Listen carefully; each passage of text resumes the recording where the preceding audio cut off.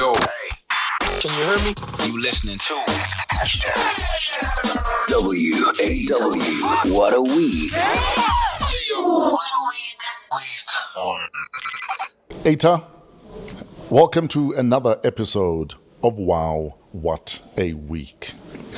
This week, we're hanging out with literally dynamite, small package, kicks ass, can probably outrun majority of people in this country.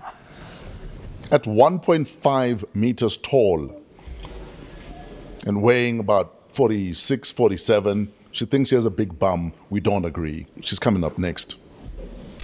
This is WOW! What a week.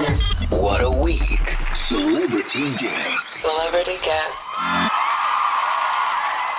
Jumping straight into it, she's been on our TV screens for the longest time.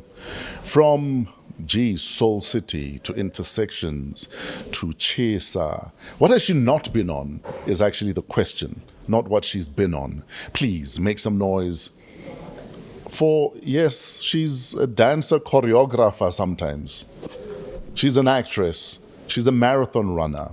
Make some noise for the evergreen, effervescent, inimitable. I have no idea what any of those words mean, but they sound like they apply to Thandy Matlaila.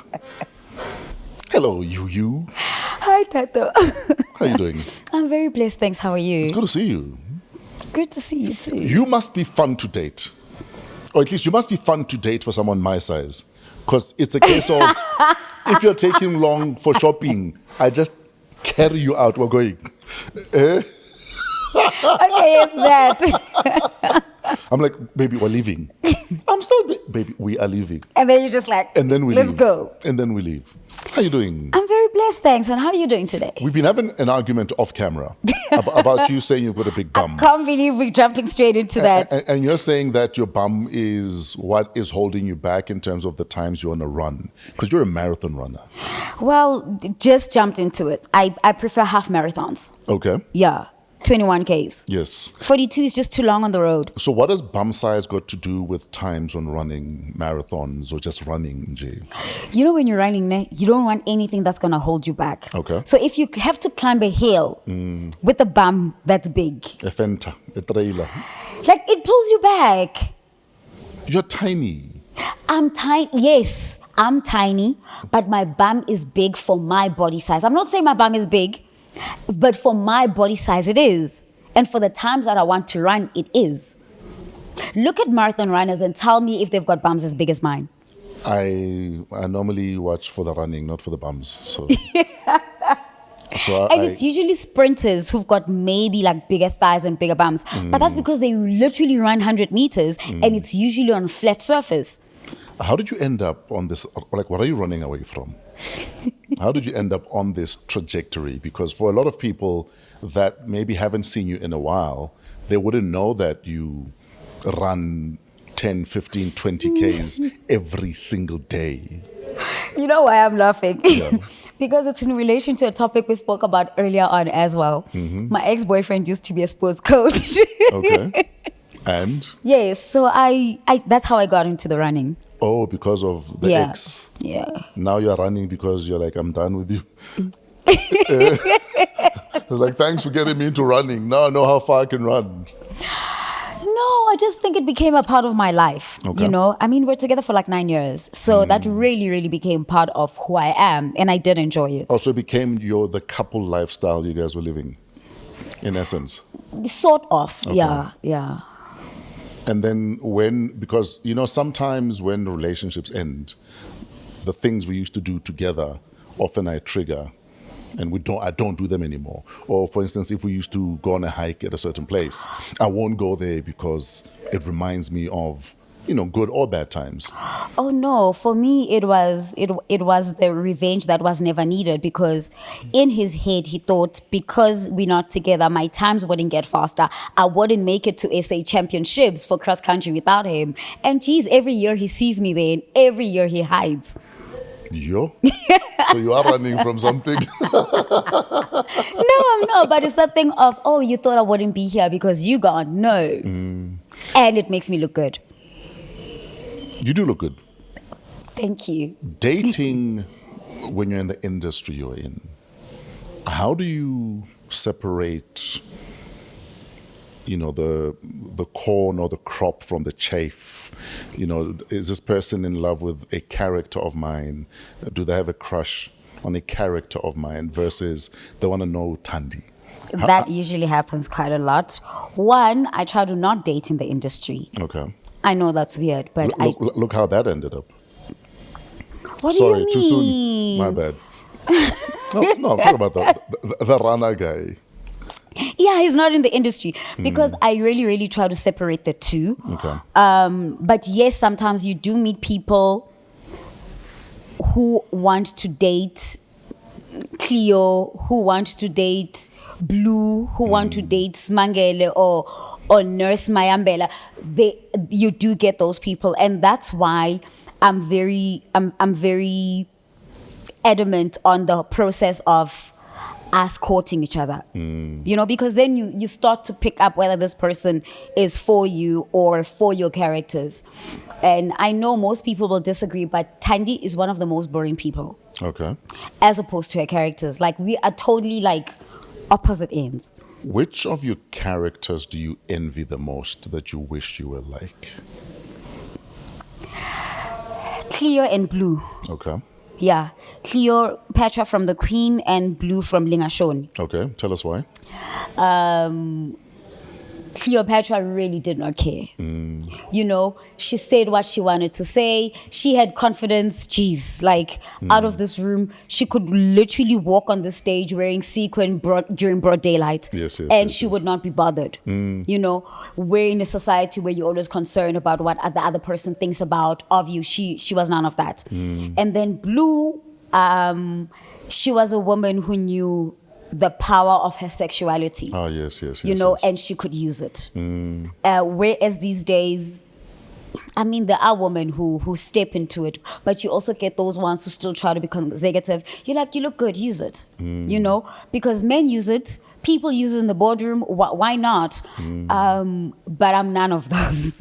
And I guess that's why I like taking on such characters, because then I get to live out those, I'll call them fantasies. Sure. Without being judged. Yeah. Have you ever had an ex say, why don't you bring Nurse Mayambela's uniform home today and let's play Doctor? I've had a lot of people, not even somebody I dated, who were just like, we actually want to be friends with Cleo, not you. Jeez. Yeah, no, I've had a couple of people who said that to me. Now, with picking a character, like you say, you live vicariously through these characters. Yeah. How far are you not willing to go for a character? Given where TV has gone now, where TV is just bums now. It's just bums and sex and, yes, they're well choreographed sex scenes. Which I do. But it's the bums. I got you. So I would never go. So whenever I'm going to do a sex scene, which I do, by the way, yes, it needs to make sense to the story. I like how she says this twice now. No, because people always start to be like, I'm like, one, the sex scene or the nudity needs to make sense. Ah, yes. It mustn't just be, because we just need to be showing. It mustn't be gratuitous. Yeah, it mustn't be boobs and bum because we're just trying to get up the ratings. It must be a part of the narrative. It must make sense to the story. It needs to fit in with the whole narrative. So if it doesn't drive the story, I won't do it. Give me 0, ma'am. Yeah, let's pass. But if it has meaning and it drives the story forward, then of course I will. But it also needs to be tastefully shot. What happens when the season is dry? Because you guys go through a lot of that. True. And what do you eat? Do you have a nest egg where you put money aside because you know it's going to dry up? Or do you say Mudimo will provide and you just hope for the best? I know you've got a property you were complaining about 2 years ago. That, I've moved into this place and now things are breaking. Sorry, am I triggering you? No, but I'm just like, I went through the most with that property. So my dad is in the banking sector. So from a very young age, he taught me that from whatever you make, you need to put aside money, because especially in the industry that you're in, you can go 12 months without working, you can go 18 months without working, but your bills don't stop. Sure. So I've always been that girl, whether I'm working or not, most people will never tell, because I've got that reserve. A property is a massive commitment. Yes. Especially in your industry. Was it an easy call to make? Yeah, it really was, because for me, I'm just, and I know this probably might trigger a lot of people, but I don't want to get to the point where I pass away, God forbid, and then like my parents have to come to Botato, I never wanted to get my family into that situation, which is why then I've got another property. So it means that if anything happens to me and really there is no finances at hand, they can sell one of the properties and do whatever they need to do. But yes, it's always been a conscious decision that I need to at least have a roof over my head. Has it ever all dried up? I mean, COVID was brutal to all of us. No, actually, it never has, because God provides. Mudimo see to finish. No, but I know it sounds cliched or whatever the case might be, but really, really, He does, Tato. Because I would get months where I'm not working, and I'd really go back to me and be like, Lord, what must happen now? There's certain savings that I do not want to touch. And then there would be like an MC gig. Then I'd be like, you're the man. That's how we play it most of the time. Or Spa will call, come and run. Why are you like this? But you've done work with Spa. Yes, I was their Grand Prix ambassador for a year. And right now, I'm not the national ambassador, but I'm a regional ambassador for KZN. So I do the KZN races for the Spa series. Yeah. How do you decide on the suitability of partnerships and collaborations? I'll give you an example. I turned down a beer endorsement because I don't drink beer. Got you. You know what I mean? Yeah. I'm like, my people know I don't drink beer. I don't drink beer. In fact, I think beer tastes shit. So I'm not going to tell people, I drink this beer. Be like me, drink this beer. How do you decide on collaborations? So quite similar to what you said. With me, it needs to speak to my lifestyle. Yeah. It needs to fit in with the things that I do. There's so many brands that I do turn down. For instance, I don't drink. So I don't really do alcohol brands. If I would do an alcohol brand at this point in time, it would most likely be the 0%. Oh, so if Savannah Zero call you, you're there. Yeah, but I mean, also, again, I don't drink. Not even not drink certain things, but like I... At all. At all. So I'm sure coffee mixture out Tahamus. She drinks Bostol once it's over. You're actually right. And I don't think I drink Bostol because I just think it tastes horrible. So the brands that I do, they need to be true to who I am. Sure. And also, let's not lie to the masses. There would be certain brands. There's this one, I don't know if I must say it, but like it's called, what is it? It's called Tums and Bums. Okay. I mean, that's not the brand, but the slogan, gives you a flat tummy, gives you the rounded booty that everyone wants. I'm like, but why we lie? Why we lie to the people? Yeah, you worked for yours. We don't do that type of thing. So those type of brands, I try to stay away from, especially ones where they would make people, lack of a better word, addicts to it. Where it's like people are addicted to weight loss, people are addicted to whatever the case might be. I try to stay away from. And also brands that are not a part of my life. Sure.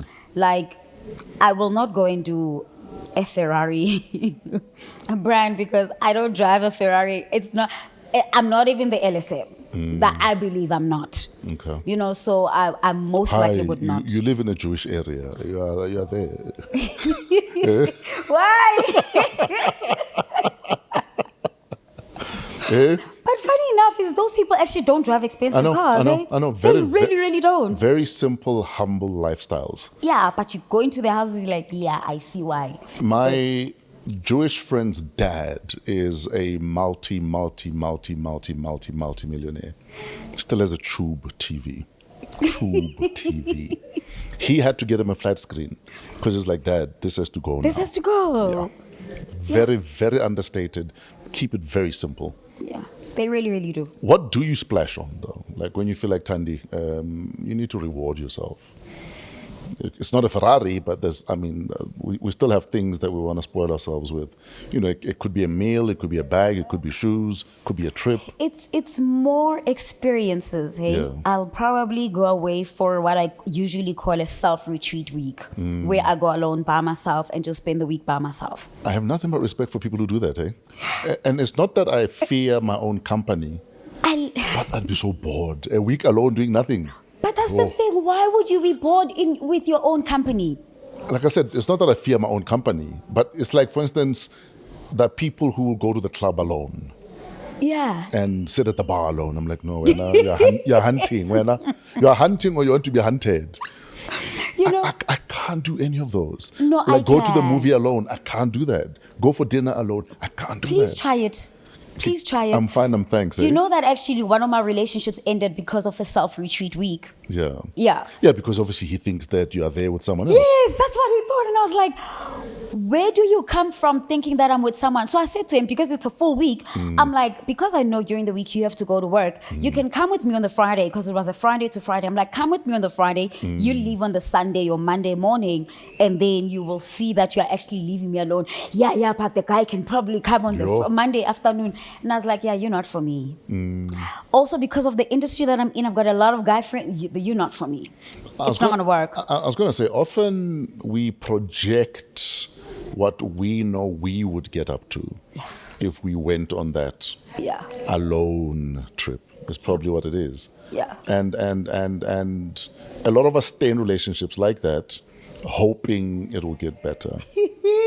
You know, when you're talking about hoping. Or hoping, no man, utla change, or he'll grow up, or he'll outgrow this insecurity. But it gets worse. It just gets worse. Tata, you're touching a very, you're getting onto a very interesting topic, because last week I was actually talking about that on my TikTok. I said, one of the main problems in life is that we get married to hope. You know, and whatever problems you have in your relationship today, in your marriage, they didn't start then. And then I had to take it back to spirituality. I'm like, you know, you go through the motions, you're like, but God. Mara, God was so gentle with you. God was so gentle with you. He showed you the red flags from the start, but you chose hope. Or you thought it was the circus when you saw a red flag. You know? Can't you are the clown? Yeah, and I made a typical example. I'm like, you're gonna date this guy, so I'm gonna say, Tato and I, you courting me, and for our first date or our third date, you late. You late is not the issue. It's the apology. It's the how. Yes, and then Tato, you get there, and you don't apologize, and instead of apologizing, you make it about you. You know, I got into this and I'm like, all you had to do was just apologize. Sorry, I'm late. But now you making it seem as if you're doing me a favor. Now I start feeling bad that you had to go through whatever before you could make it to this date. How do you miss that's a red flag? But most women do. Oh no, shame. You know, he had to go through the most to get here. He really wanted this. That was your first red flag. You totally missed it. The second one, you guys are now dating. You are in an argument and Tato does this to you. Yo. And most people feel like that's not violence. No. And I'm like, but you don't treat even your own children like that.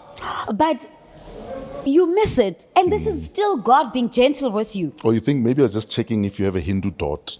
You know, and you're like, how? You must wait for Tato to beat you to a pulp. You must wake up in ICU in order for you to see that this person was wrong for you. And now you're like, but God, why? You're like, but if you actually look back, God showed you. Absolutely. From day one. But you chose to miss it. You know, regarding the time issue, and that's often what I advise, especially people trying to get into the industry, that an hour before you are late, you already know you're going to be late. Yeah. It's at that time that you tell people, I am running late, I am sorry. An hour before the time that is due, That is you already true. know you're late. You already know you're late. But instead, you'd rather lie about it and say, I'm on the way, or I'm packing, I'll be there, no, or now. Okay, no, I think for me, my worst one is if we are on for 9 o'clock and you text me at 9 and say I'm running late. No, that's bullshit. You're Like I like, said, wait. at 8, you knew you were late. You're like, wait, you're giving me no room to do anything else. You know, you 15 minutes, okay, maybe really there is traffic, so 15 minutes prior, I can still understand. But you at the hour, and you're like, I'm running late. You're like, so what am I supposed to do with myself? Exactly. What must happen now? Do you know what I think the problem is with how we relationship? Talk to me. And I've lamented this before, that because often we go from relationship to relationship without necessarily dating, because you can go on dates with 3-4 different people. It doesn't have to be about sex. That was actually my favorite interview of you. I remember Yeah. it very well. And it doesn't have to be about sex. It could be, I am gonna go on dates with different people and see how I relate to all these different people. Yeah. But we don't do that because people are gonna think you're a hoe, or you get around, or Yeah. lahlile. But my argument is, if you're not doing that, all you're doing is jumping into the next relationship, hoping it'll work out. So majority of relationships is us settling Yeah. versus I've gone out with 3-4 people and this one is the better fit of the 4. Yeah. Instead, we take the very next one and jump into that one and think that one will be better. Because the question is, how will you know something is wrong? I mean, something is right for you if you've never experienced what is wrong. You know, if all you know is accuracy, then you'll never know what the opposite of that is. You have to experience that in order for you to be like, You have to oh, kiss- that is the light. Yeah, you must kiss a frog first to know that it's... Yeah, but can these frogs just not be too jumpy? But yeah, Are you still kissing frogs, or have you found a Prince Charming? I found zero. You are still kissing frogs? I'm kissing nothing. Like, I'm just by myself. Like, anything that has to do with relationshiping right now, I'm just like, What would it take to change your mind about that approach that you have currently, or that feeling that you have currently? somebody who's present and somebody who's intentional. What does that mean in simple English? It means that because obviously before you approach me, I'd like to think you got to study me some way or another, you know, because most of the time it's, oh, I like what she looks like and I want to be there. And for me, I'm just like, that's not it. As most people have encountered, I've got the most boring personality, you know, as opposed to what I look like. So be intentional in the fact that I really want to get to know who Thandi is. You know, even the conversations that you and I are going to have via WhatsApp, via whatever, you know, they need to be intentional, and they need to stop asking me the question, when are you going to see me? Like that. See me. Don't ask me when you're going to see me. You know, like, Yeah. just make things happen. Really? Don't you feel social media like WhatsApp has become convenient to the detriment of relationships, including friendships?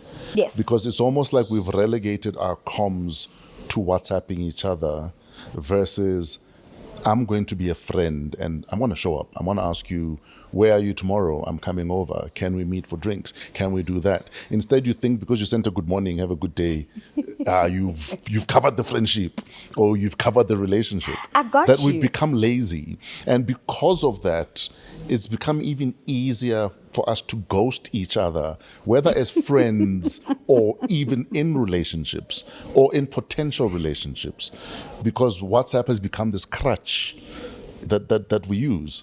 I hear you. And there was a point in my life where I felt like that. In fact, you shat on me for ghosting you. That's why I'm laughing. I'm like, why is he going there? Because she was like, you're actually a terrible friend. Because sometimes we're friends, sometimes you're gone.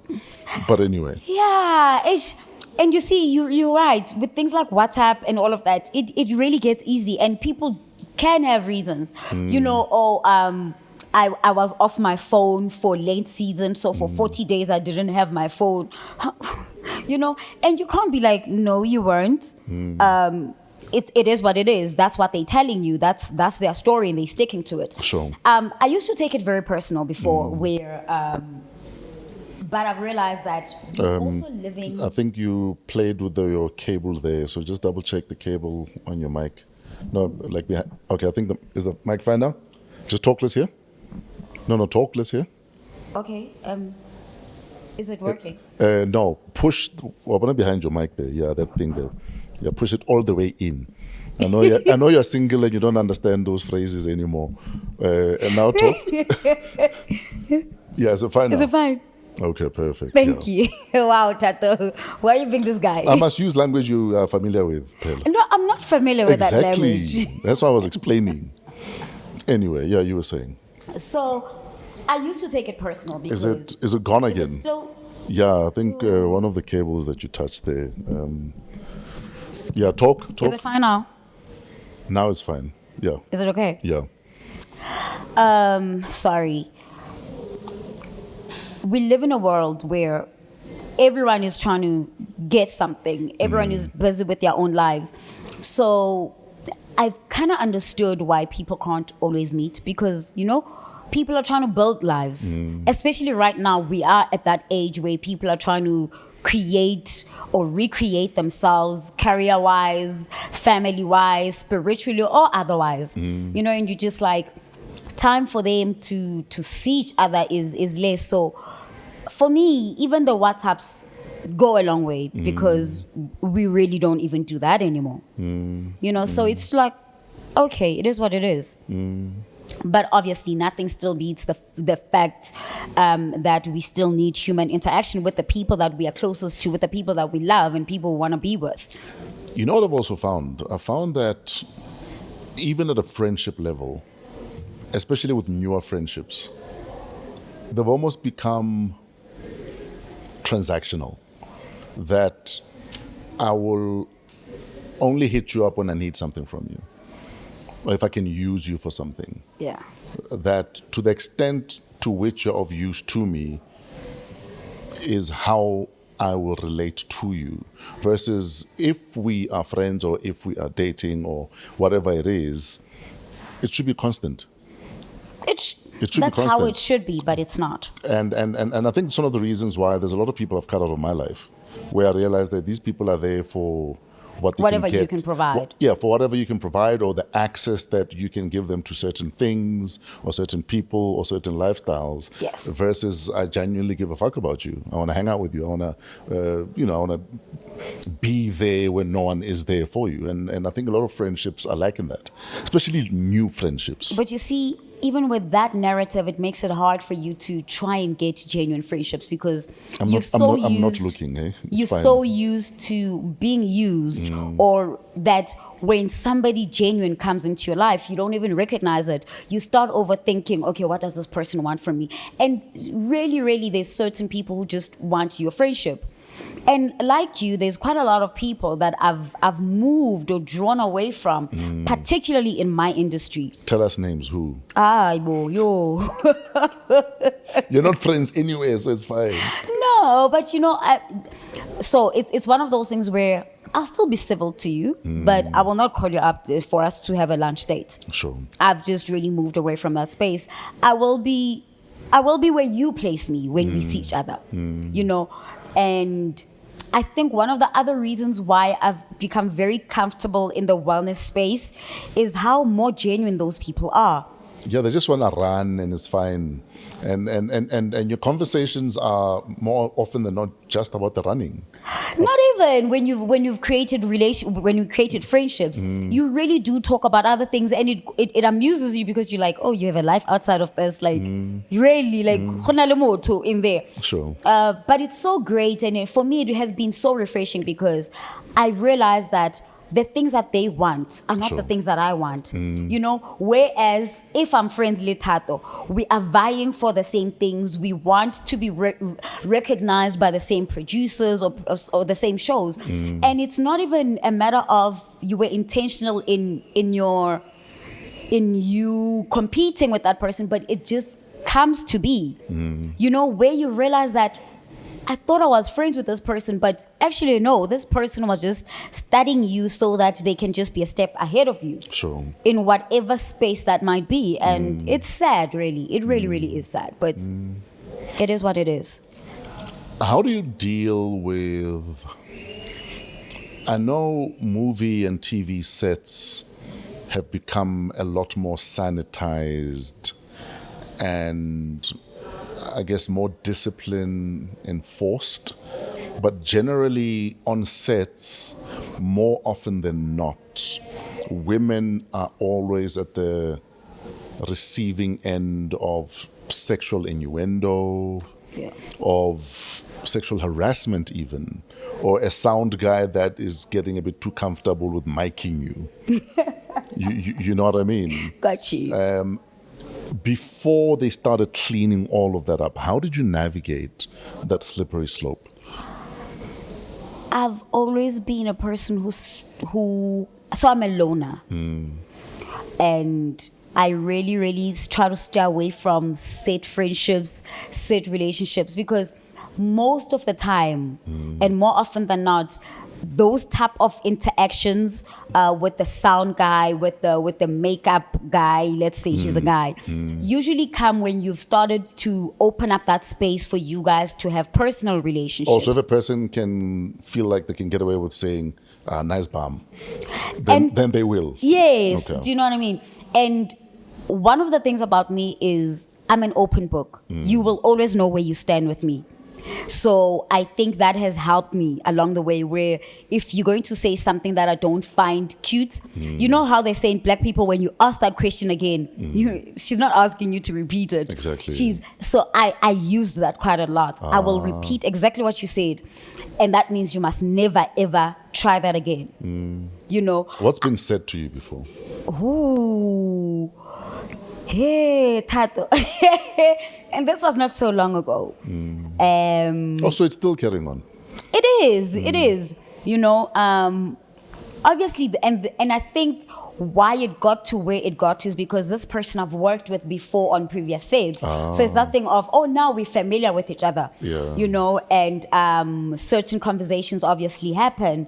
And randomly, he'd asked me if I'm in a relationship. And I had said no. Wow. So he thought what he can eat? No, Okay. but he then said, if ever you need assistance, You're lying. I'm available. So if you need what? If you need service, I'm here. Yes. I'm your mechanic. Yes. Oh wow. I was so shocked, I didn't deal with it there and then. Because I then needed to go back to myself and be like, is there anything that I had done or said to give To open the door? Yes. Which is why I was like, Thandy, you're not going to be emotional about it and address it now, because then now you're just being emotional. I went home and I sat and I was like, clearly, Thandy, there's a line that you crossed that made this person feel like they can speak to you like that. Because now you're giving excuses for them, but sometimes we do that. But sometimes we have to, because we it's easier for me to blame you than take accountability, And I've learned that sometimes I might have played a part. So I usually do that exercise. And then I was like, actually, there wasn't. So I picked up my phone and I called him, and I was And he saw like, your phone ringing, he's like, shit, she needs a service.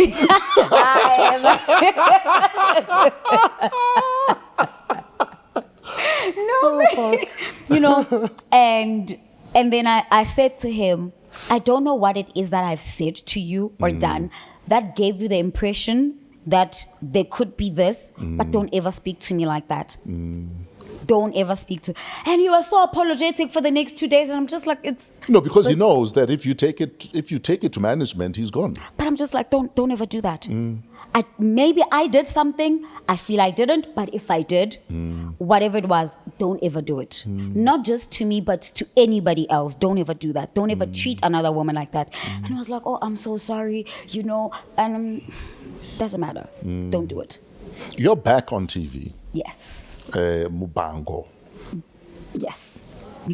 What Did you not, now that you're back, like you're on set Yes. more often than not, what do you realize that you didn't miss now that you're back in it? Apart from the bad food. Actually, no, they don't give us food there. Oh shit. No. And no, it mustn't sound, that sounds wrong. They give us money. Oh, so They you don't- get your own food? Yes, Okay. for you to get your own food. And for me, that was weird because I've never been on a set that does that. You know, when you get in the morning, they give you an envelope. This Yes. is your breakfast money. This is your lunch money. And I was like, why don't you guys do catering? They're like, people don't eat that food. They're wasting our It money. becomes a waste. They're like, Yes. they're wasting our money. Because so you're we'd paying rather- for catering for 100 people, 50 people are eating. Yeah. Makes sense. Yeah. What didn't I miss? There's nothing in particular, hey? Because I just think, you know, where you get when you know this is what it's gonna be. I'm gonna get an early call, Sure. and I'm gonna have one scene in the morning and the last two in the day. I just think you become immune to it. You get used to it. That you just like, oh, it's a part of the job, you know. But maybe what I didn't miss are the fake smiles. Oh, yes. Yeah. That we must do lunch, girl. Yes. I'm just like, guys, there's no need. We're not friends, it's fine. Yeah, and it's okay. Yeah. Like, there is no need. There's nothing, maybe you think there is, but I really don't think there's anything I can do for you that you can't do for yourself. There really is no need. You know, where you get onto a production and all of a Sunday, like, we must exchange numbers, we must exchange social media handles. And once we leave production, this person unfollows you, and I'm like, there was no need for you to follow me in the first place. There was really no need. Yeah, if we were not fuxing with each other before I was on set, Yeah. chances are it's not going to happen anyway. Yeah, like, it's okay. So let's not be fake about it. Yeah. That I didn't miss. And I think right now, maybe it's because I'm growing older, you can pick it up from your mouth. Sure. Yeah, you can pick it up. You're just like, Tell us about the new character and how it felt to get back into the rodeo. so, oh geez, I keep touching this. Did No, it? it's fine. We can Oh, hear okay. you. So, I play Nurse Naomi Mayambela, and she is. I'm really there to support Kalima's storyline. So he's a doctor. So He's a this- psychiatric doctor. This is Nick Soul, right? Yes, that's Yeah. Nick. Yeah. So he's a psychiatric doctor who lost his license. Okay. And I'm a qualified nurse, but I'm operating illegally. Okay. And the reason why I'm operating illegally is because Nick's practice is illegal. Sure. He can't operate because his license got revoked. So I'm there to help him out to get his license back. Okay. But one of the reasons why I took the role is because it speaks about a lot of us in South Africa and where we are. Okay. Tell us more. In the sense that there's a lot of people who do things not because they want to, but because they need the money. You know, I'd like to believe if Nurse Naomi got what she deserved wherever she's working, she would have no need to do all the illegal things. You know, going back to our JMPD, our cops in South Africa, if they were getting enough, I don't think they would have the need to be taking bribes. You know, so it's a matter of most of these people do this out of desperation, not because they really have to. There's actually a video that I saw last week which broke my heart. This woman was found in a store, I can't remember what store it was, where she stole shoes, school shoes.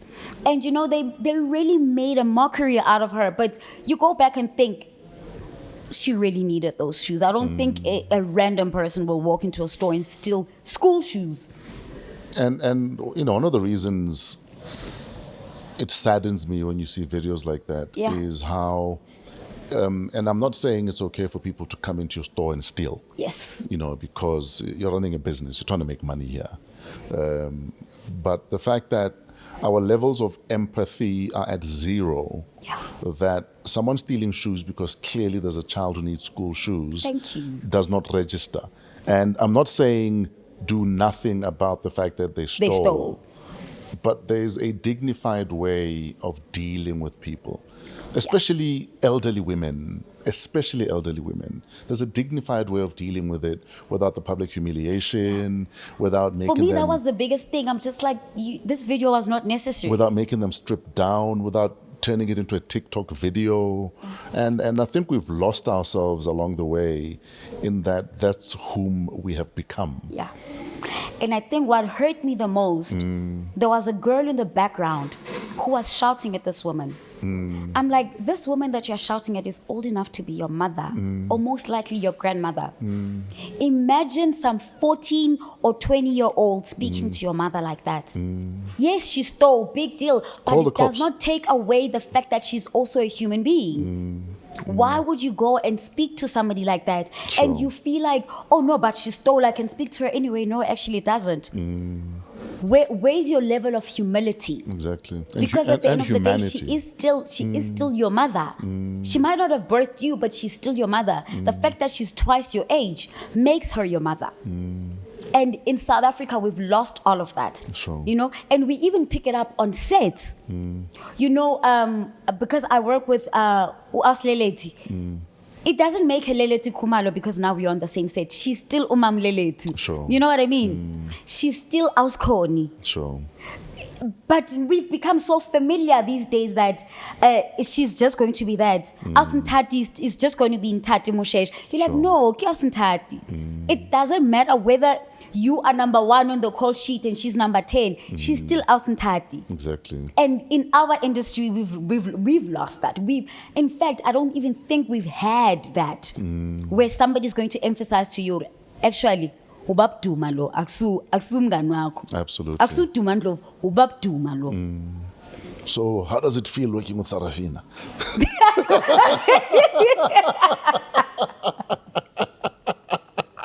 Oh my God.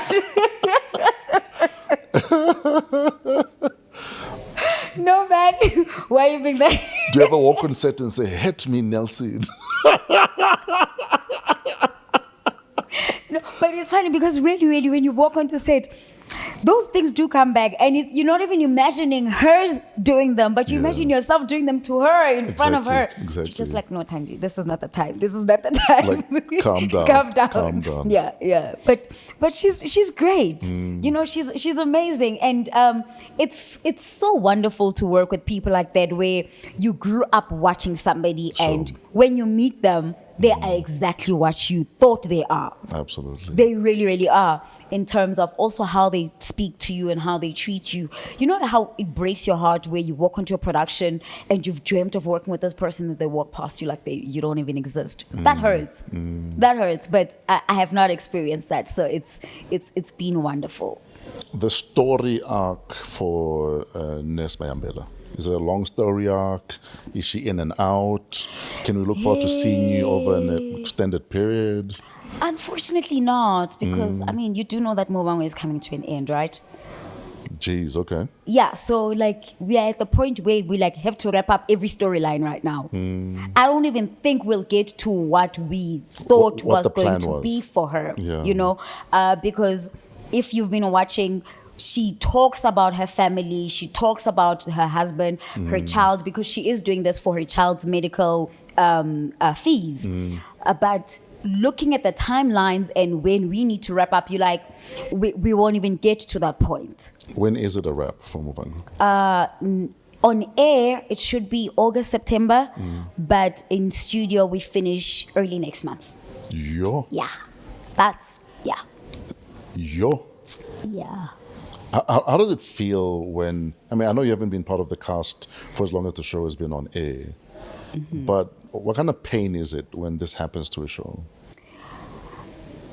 You know, especially with Mobango and the people that have been, for me, it's not that deep. I know that sounds wrong, but it really isn't, because there's nothing that at this moment I got married to. And also when I joined the cast, I knew that the show would be coming to an end. I just didn't know now. You know what I mean? But for people who've been there for 10, 15 years, I can really understand what it's doing to them. Because I mean, I worked on the Queen for 4 years, and I remember the guy who played my husband died on the show. Tato, I was not okay. Like Natandi, I was not okay because I'm like, I had built a life with this person. Exactly. You know, so I can really understand. 15 years is a long time. And 15 years of my mother watching it, so she'll be devastated too. You know what I mean. So I really, my heart does go out to them because they also don't know the hustle because they've been comfortable. But the only thing I can say to them is that they must use this as an opportunity to reinvent themselves, to possibly recreate themselves in the industry because they got so comfortable that even with their performance, they no more bothered. Or also people in production, they just do what needs to be done. And there's new things now. There's new technology. There's new ways.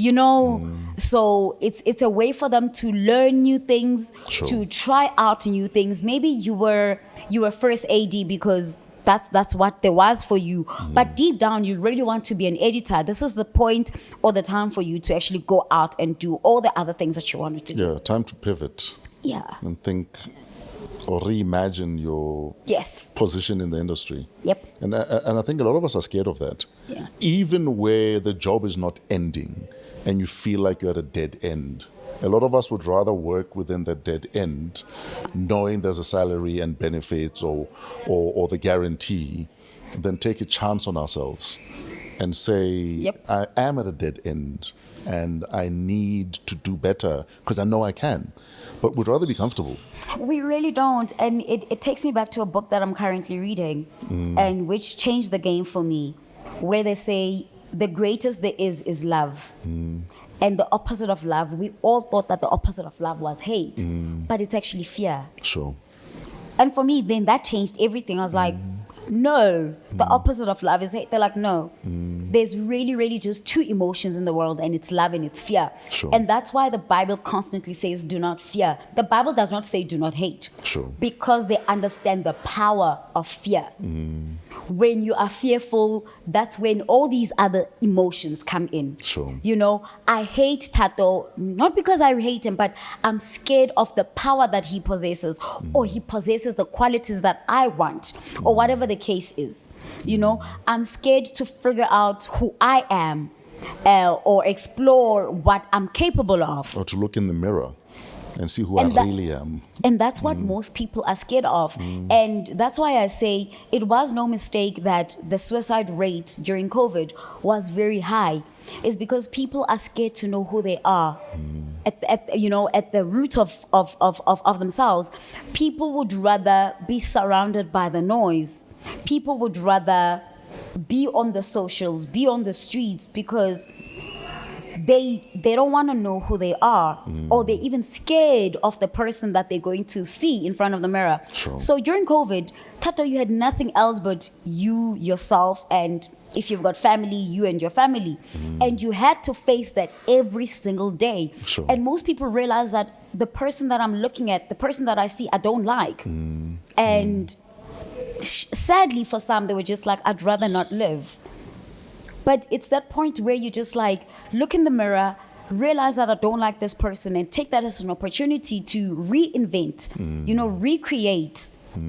There's a reason why there is a now and a tomorrow. Sure. You do everything now to make sure that the person that I look at the mirror tomorrow is something that I'm proud of. And they can look back and be thankful for those decisions. What is this book that you're reading? Conversations with God, book 1. Funny enough, I've read the book before. Okay. I wanted to move to book 2. And I was like, I feel like there's a lot of pearls that I missed in book 1. So I'm going to go back and read that one before I move to book 2. So Absolutely. Yeah. We are running out of time, and one of the reasons I have you here is to talk about your running journey and the challenge that you're on currently. Oh, yes. So tell us about this challenge, and is it too late for us to be a part of the challenge? It's never too late to build or rebuild your greater self. So we started a 42-day challenge. Okay. And the reason why it's 42 days is because, number one, it takes 21 days to to create or break a habit. And for me, I was just like, add another 21 days to actually now for you to be comfortable. To reinforce it. Yes, to let it sink in that after 42 days, there's no way you are still trying to figure out if this is me or it's just a habit. So that's the reason why it's 42 days. Okay. And the running challenge is not really just running. So it encompasses a whole lot of other things. Okay. You have to read every single day. You need to drink 3 liters of water every single day. And you need to sleep at least 6 hours. Gee, I failed the challenge already. And that's the thing. We put our bodies through so much, not even just with the running, but with the lifestyles that we lead. And sleep is one of the best ways that you can recover. You know what the funny thing is? And I don't know if it was just mothers in their 70s and 80s, that often if you were not okay, they'd ask you 2 things. Have you had water? Have you slept? Go take a nap. And often water and sleep fix most of our problems. Yeah. And we don't do enough of either one. And that is the reason why the challenge came up. And there's a book that I was reading before this one. It's called Mindfulness, Okay. Staying Sane in an Insane World. And there's a whole chapter. I mean, in today's world, if I had to say that, you'd be like her. But she has a part where she says, sleeping your way to the top. You know, already people are thinking other things. You're like, no. She actually really means sleeping your way to the top. Sure. Because once you fully recovered, once you are alert and awake, you can achieve most things. Chances of you getting to the top are better than somebody who has 3 hours of sleep, because you make better decisions. You are pleasant to be around, and you're just a wholesome person. And sadly, we've glamorized not sleeping. Yes. That money does not sleep. Team, no sleep. I'm working while you're sleeping. It's unhealthy not to sleep. It is. And you will die. And people call you Eventually. lazy when you sleep. Like I would tell people, I'm like, no, I won't be able to make the 5 o'clock run because I finished work late and I need my plus 7 hours of sleep. They're like, Thandy, but why? I'm like, no. It's not going to work. I'd rather I'm going to sleep and I will run later. You know, that's why I hate this Garmin watch that I have. Because it lives on my arm. And when I wake up, it tells me you have not rested. Yeah. And it will tell me, don't run, you have not rested. Yeah. There are days where I don't want to look at the watch because it calls me out on my bullshit. Yes. But, this is one of the greatest inventions that I've ever come across, because I always know when I'm about to get sick. Yeah. Literally, this tells me in terms of my heart rate, if I have a training session, and I'm like, but I felt fine. But my heart rate would be like, no, you are not fine. Yeah. I know that in the next 2 days, something is not okay with my system. So it's quite intelligent. That's actually how my Fitbit, I don't know, I want to say it saved my life. About 7-8 years ago. Okay. I'm at a gig. I'm feeling okay. But your heart rate? My heart rate on here is over 100 beats. I'm like, why is my heart rate so high? And I ignored it. I had, I think, 3 or 4 gigs that night. After my 4th gig. Yeah, Mara, you guys, yo. After my 4th gig, my heart rate is still elevated. So I went to ER and they run bloods and they tell me you've got influenza 2 and we're taking you to isolation immediately. And that had you not picked this up in a day or 2, you might have actually had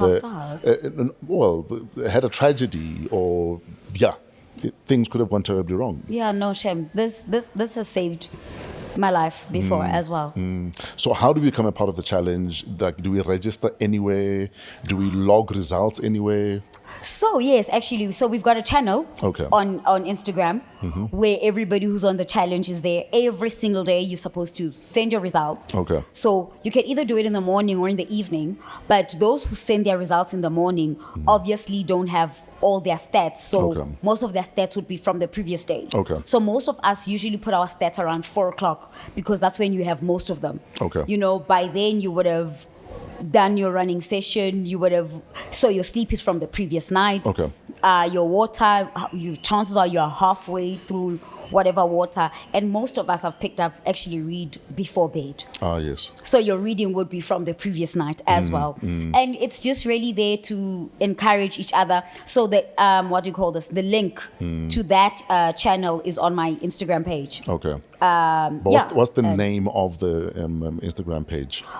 Oh, my page is Thandy Matlaila. Okay, Spelled to the Y. And then for the challenge? For the challenge, it's called 42-day running challenge. Okay, 42-day running challenge. Yes. And then do we change how many kilometers each day? Or is it up to me? It's up to you, but your workout needs to be at least more than 20 minutes.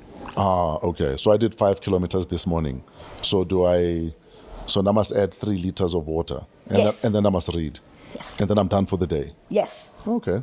It's actually... but it's actually quite a thing to drink 3 liters of water. If you get through that, you are... The thing is, I drink a liter when I wake up already. So that's good. So it's done. Like, I've You know done what I a mean? third of it already. Yeah. But I said to people, I was just like, drinking water alone, your skin, it's, My skin. Oh, your skin is great. People think I use Escamel. It's just water. Tata's like, he's made for the facials. You must tell us where you go. I don't go for facials. Really? Nothing. And it's just water, right? I just drink water. Water actually saves you from aging, by the way. I don't use Escamel, guys. It's just water. And it's also a trick to actually lose weight. Yeah. Yeah, it's a trick to lose weight. I'm like, you can actually fool yourself into believing that you're full, but you actually just drank water. It's just water. The more water you drink, the less you will eat. So I say to people, you don't need to go on a diet. And that's why there is no diet on this challenge. Sure. Because with the 75 hard, you must actually be on a diet. I'm like, you no. must be on an eating plan. If you really, really just drink 3 liters of water, you don't need the diet. Okay. But you must still eat clean, though. Yeah, try to. We're not saying you must go out and eat dirty. Yeah. Okay. So, yeah. What next in terms of your runs? Because you've been doing half marathons, you've been doing like 20 Ks a day, every morning. Guys, I trained with this woman about 1.5 years ago at Old Ed's gym. I was training for a marathon. And guys, each time I've gone once around the field, she's at 5. My second time, she's at 20. I'm like, what is going on? That's why I trained with you once. Never again. I'm done. Yeah, like we must go back to running. Yeah.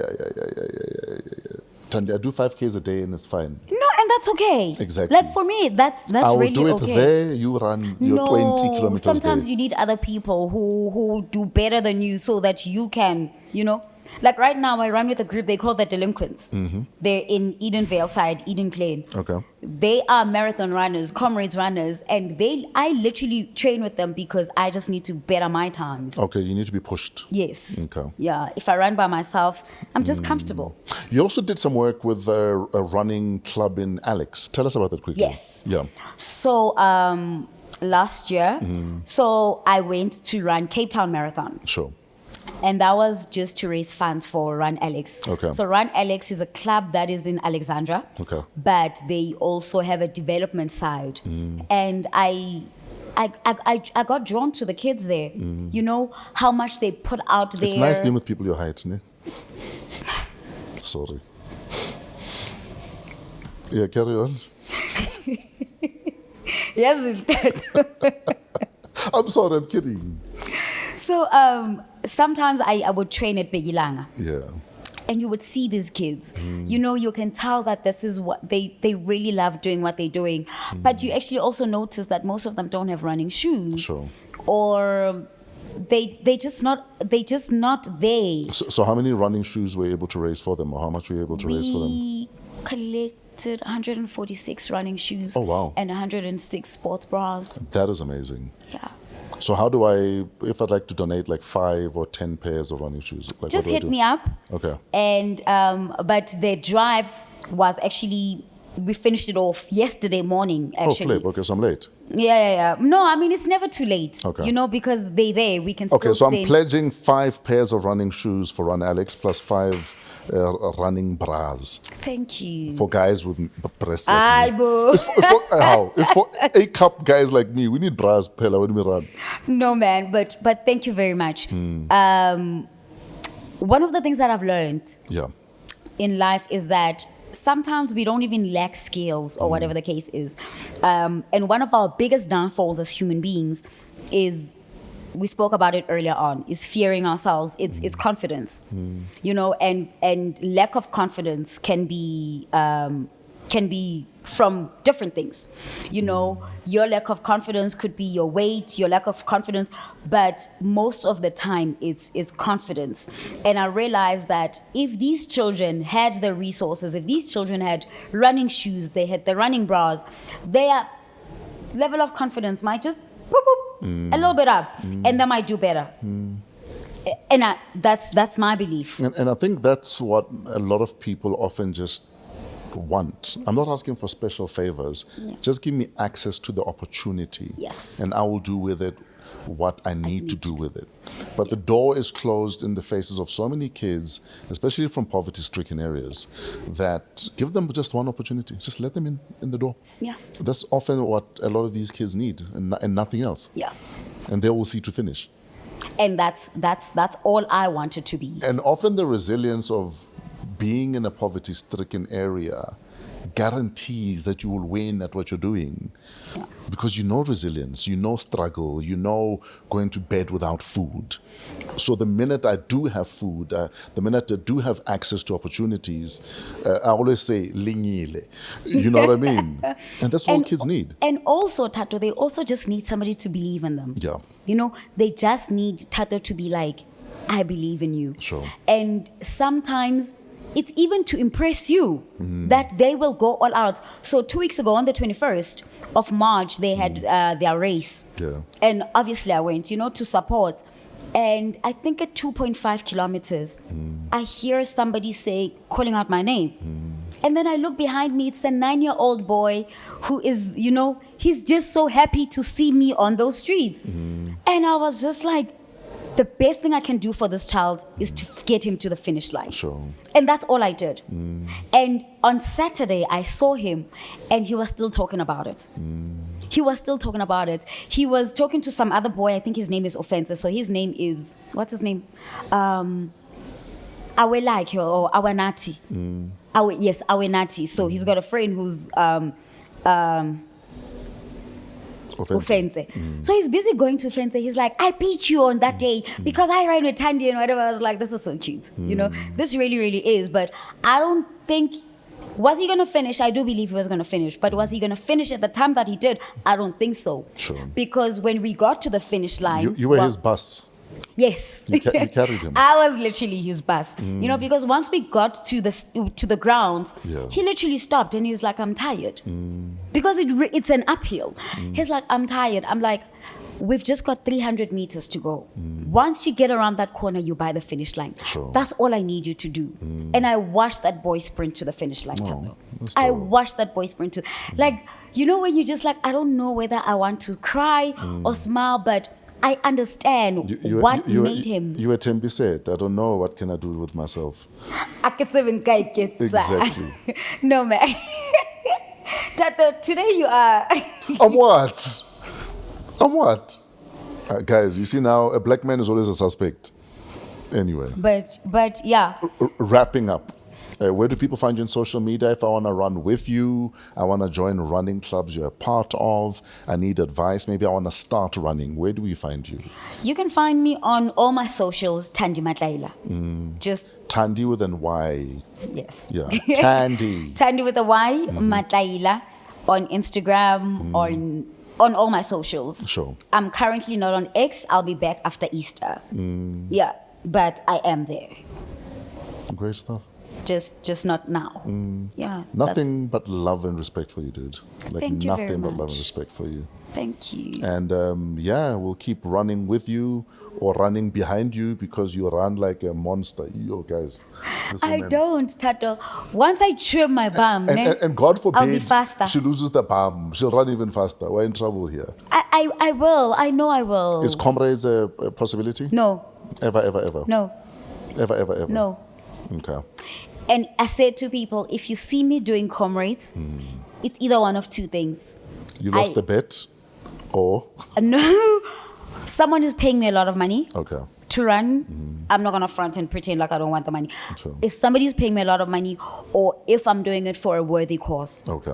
Like if somebody says to me, Thandy, go run, we will rebuild the running stadium, Sako Alex, with pleasure, because that stadium needs revamping, like Sure. as in yesterday. Okay. That I would do. You know, Absolutely. somebody says, Thandy, we'll put money forward, we will rebuild Begi Langa sports grounds, just go run comrades. Sure. Most likely I would. Then we have a deal. Yeah, but nje just, no. But until then, you will continue running things anyway. So shout out for that. Thank you. Yes, I will. I will. We are out of time, guys. If you'd like to run with, like, or because of, find Thandy Matlaila on social media, Thandy with a Y at the end. Thank you for watching. Don't forget to subscribe, to like, and share. We are part of the Africa Podcast Network. Email us at waw@africapodcastnetwork.com. Coming to you from AMP Studios, downtown Johannesburg. Shout out to Trevor and his crew, Pezulu Works, for all of the cinematography. We look good. It's their fault. We look bad. It's our fault. And shout out Otis the Flo Fraser for all of our imaging. Keletso Modisa King is our executive producer, and you are our hero for being a part of the magic. Till next week, have a wow week in spite of yourselves. We're out of here.